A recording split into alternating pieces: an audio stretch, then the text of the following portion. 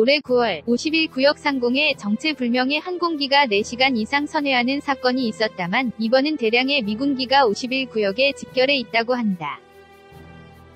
항공뉴스 더 드라이브 12월 9일자에 따르면 12월 8일 레이더기 E-8C, E3, 정찰기 RC-135, RQ-4, 통신방해기 EC-130H, 공중급유, 수송기 KC-135 등 대량의 군용기가 51구역을 포함 내리스 시험훈련장을 향해 날아갔다고 한다.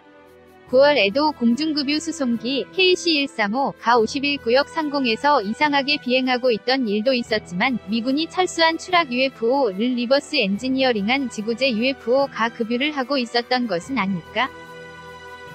왜냐하면 일반적으로 51구역의 항공기의 침입은 금지되어 있으며 이곳에서는 시연비행도 좀처럼 일어날 수 없는 것으로 알려져 있기 때문이다. 하지만 더 드라이브에 따르면 이번에 군용기가 내리스 시험훈련장에 집결한 것은 통합강행침입 연습 JFEX 조인트 포서블 엔트리 엑서사이즈라는 대규모 공수 연습 때문이었다고 한다. 겉으로는 UFO와는 아무런 관계도 없는 것 같다. 이 운동의 뒤에 미국 정부의 무서운 의도가 숨겨져 있는 것은 아닐까? 그 힌트는 로켓 기술 개발에 중요한 인물인 베르너 폰 브라운 박사의 경고에 있다. 브라운 박사의 지인이었던 과학자 캐롤 로즌 박사가 디스클로저 프로젝트에서 말한 내용이 이것이다. 가장 흥미로웠던 것은 브라운 박사가 반복해서 말했던 내용이었습니다. 박사에 따르면 국민과 의사결정자를 교육하기 위한 전략이 사용되고 있다는 것입니다. 그것은 의협의 전략이고 우리가 적을 특정하는 방법입니다. 먼저 적으로 간주된 것은 러시아이고 다음으로 테러리스트, 제3세계에 미친 자들, 소행성이 다음으로 계속 이어진다고 그는 말했다.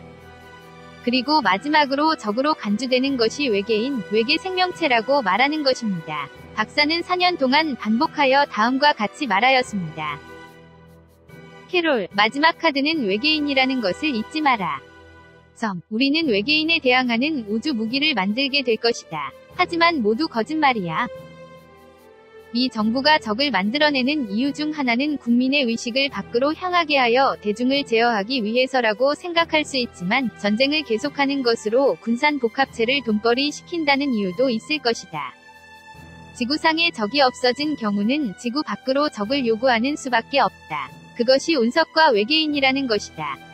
아마 미국은 리버스 엔지니어링에서 개발한 지구제 UFO를 사용하여 외계인의 지구 침략을 꾸며내는 속셈일 것이다.